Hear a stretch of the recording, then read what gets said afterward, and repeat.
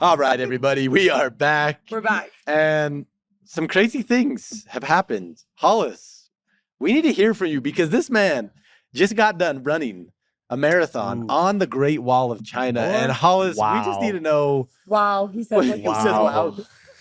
That's great. We need to know, what do you want to say about this experience, Hollis? It was insane. Also, China's kind of fun. I really like China. I believe it. I've been to China too, and I It's got loved good it. vibes. I had the Everyone's best so time. nice. The cutest part of the race was everyone from all the villages came out and would high five you, That would is give so you cute. water, would spray you. All the kids were out there. It was so tender. And that's the only thing that was pushing me because it took me 7 hours and 45 minutes to complete this race, guys.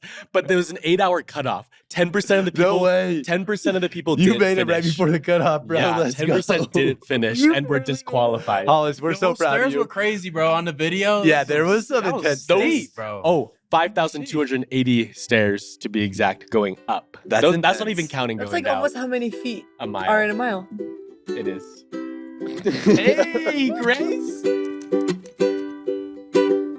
Welcome to This Is Kingdom, a Good News Brand podcast. This is Grace. This is Talon. This is DJ. This is Hollis. And this week, we're talking about Return Unto Me That I May Heal You by Elder Palmer.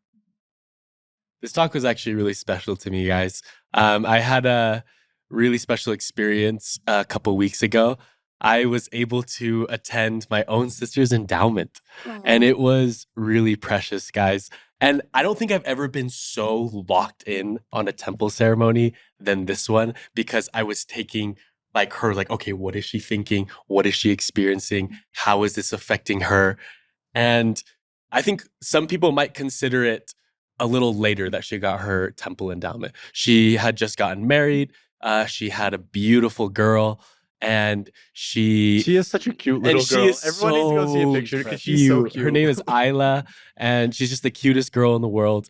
And my sister stepped away from the church for a part of her life, and she just felt so ready to come back full swing, get endowed. And I had this really beautiful thought during her endowment, and it made me think of a lot of other people actually as well. I feel like a lot of people feel like they're late to a lot of things. In this scenario, it's like, oh, I'm late to my endowment, or I'm late to get married, or I'm late for this job, or I'm too early for this, or I don't think the time is right for certain things in my life. And this thought that came to me in the endowment is, with God, you will always be on time.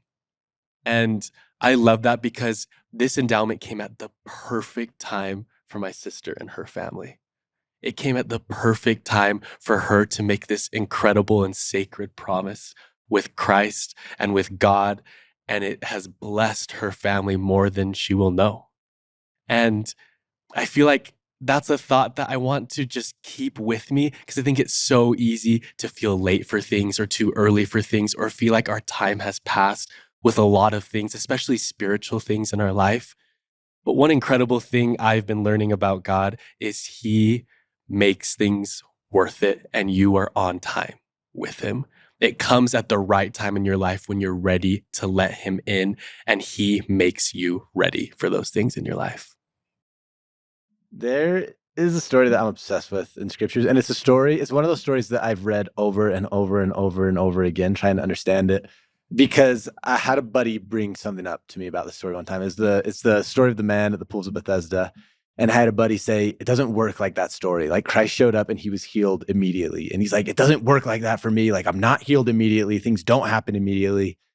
And I was like, oh yeah, true. That's a bummer. And then I went and read that story, and I was like, bro, the dude was struggling for 38 years.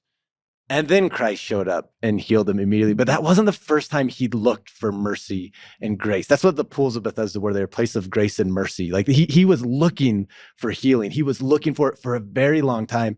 And I've just obsessed over, why would God make him wait 38 years? Like, why didn't He show up sooner? And I don't think I know the perfect answer for that, but God has taught me a lot through that question. And I actually bet anybody that would ponder that question, God would teach them unique things.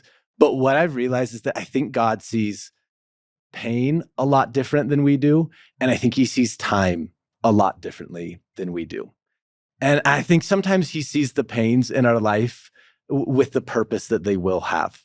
And we see the pain as only negative, where he sees it molding us and he sees it shaping us and he sees it changing who we are. And I think with time, we see 38 years of, holy cow, that's over a third of someone's life. At that time, it's probably half their life. You know what I mean? Like, that's a ridiculously long time. But to God, it's like, oh no, that's just a season.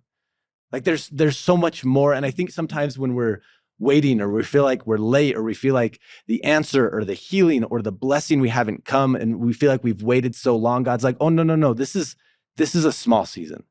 And when you look back, it will seem small to you as well. Like don't get discouraged in this season of waiting for the healing or waiting for the blessing. I love that. I love that what you said, Hollis. With God, you're always on time. That's powerful. This can be a tough topic, right? And I've always felt like this is kind of a tough thing to think about. People coming, people going, people leaving, and people returning. But I've also something I've realized is it's really tough when you're really close with people who are having their journey. And I believe strongly, I don't know all the answers about people coming and going and leaving and coming back, but something I do know is God has purposes and plans woven all throughout this process, through these situations. It was so interesting. There was this one morning, and I had got on Instagram first thing, which terrible idea. Don't do that. Like it's just something that's like, why do we do that?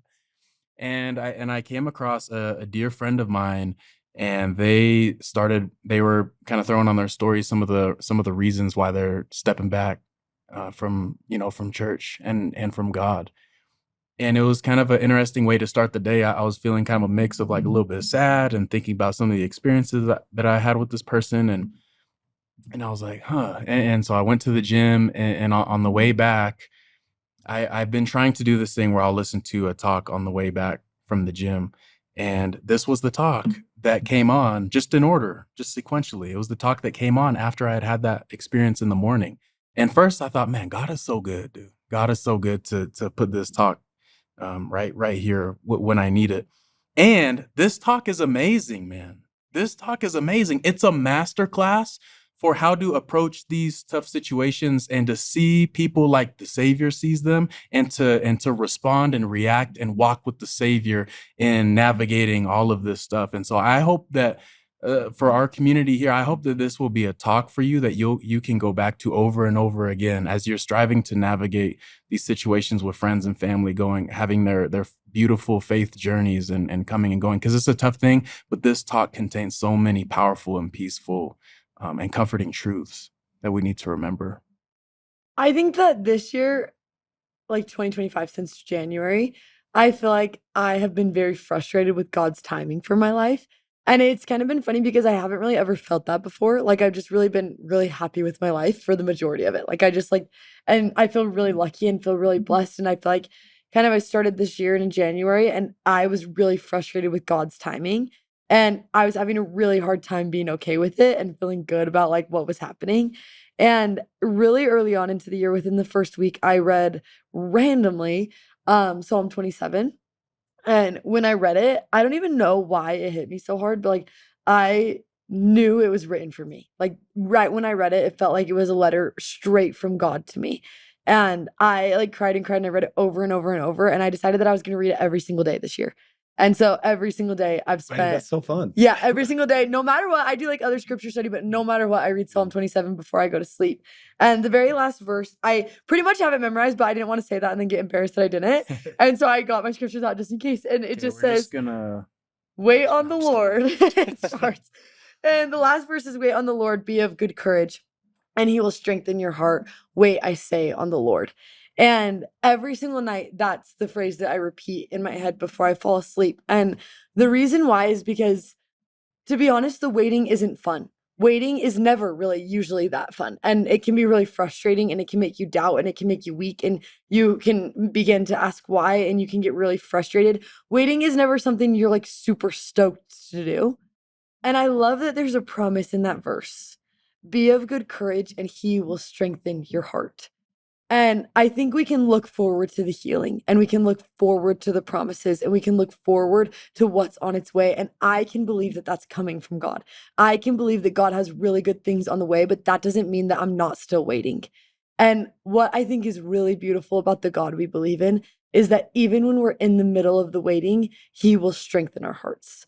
Even when we're in the middle of the worst moments, when the promises haven't showed up, when it doesn't feel like the miracle is on the way, when the healing is not yet arrived, we can rest assured that he will show up and he will strengthen our heart. We can have courage in the waiting and we can trust that he will change our heart while we're waiting. And I was listening to a sermon last night, and last night was kind of one of those nights that I just needed a reminder of what to do in the waiting, and I just needed like a little bit of reassurance. And I just randomly clicked on like this random Christian pastor's sermon on YouTube. And don't worry that that's my YouTube recommendations. That's super on brand for Same. me. All good. Yeah.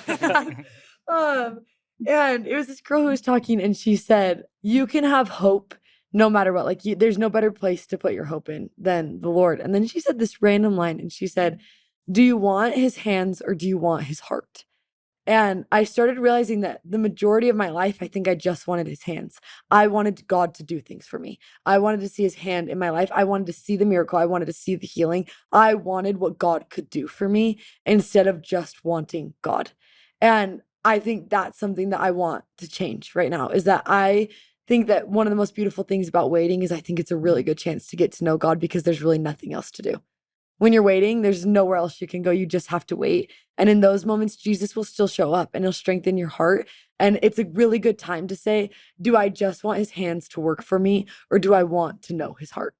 One of the things that I love about this talk is I think Elder Palmer addresses beautifully how to, like you said, Grace, what to do during that waiting. And he shared this experience of a sister who had a faith journey of leaving and coming back. And I'd love to just share a little bit of it. It was so powerful when I listened today. So he says, a sister in the United States was gone from the church for many years. Her story of coming back includes powerful lessons for parents and family members who anguish over loved ones who step away. She wrote, I could list a myriad of reasons for why I walked away from the church, the gospel, and in a way, my family, but they don't really matter. I didn't make one big decision to leave the church. I probably made 1,000 choices. But one thing I have always known is that my parents did make one big decision, and they stuck to it. They decided to love me. I couldn't possibly know how many tears have been shed, how many sleepless nights, nor how many heartfelt pleading words of prayer have been uttered on my behalf. They didn't call me out on my sins. Rather, they called out to me in my sinfulness. They didn't make me feel unwelcome in their home and at family gatherings. Any of those feelings were of my own doing. Instead, they continued to welcome me. They must have seen my light dim over time, but they knew that the person I was back then was just a shadow of who I was yet to become. Just as my path away from the church was complex, so was my way back. But one thing that was not hard about coming back was the feeling of being back home where I belong. And I just think what a beautiful experience from this dear sister, and what an example of what we can do in our waiting and in loving and in navigating these situations with God at our side. Mm. And just because you're waiting does not mean you're not on time. Maybe in the waiting, it's time to recognize what God is doing to your heart. Maybe in the waiting, it's time to recognize how good God actually is. Israel, Israel, God is speaking. Hear your great deliverer's voice. Now a glorious morn is breaking for the people of his choice. Come to Zion, and within her walls rejoice. Come to Zion, and within her walls rejoice. Israel, Israel, canst thou linger still in error's gloomy ways? Mark how judgment's pointing finger justifies no vain delays. Come to Zion, Zion's wall shall ring with praise. Come to Zion, Zion's wall shall ring with praise. Watch for our post this Monday. We'll share all of our favorite quotes from the talk, and we'd love to hear yours and any insights or inspiration you had while you were listening or restudying. And we'll see you next week.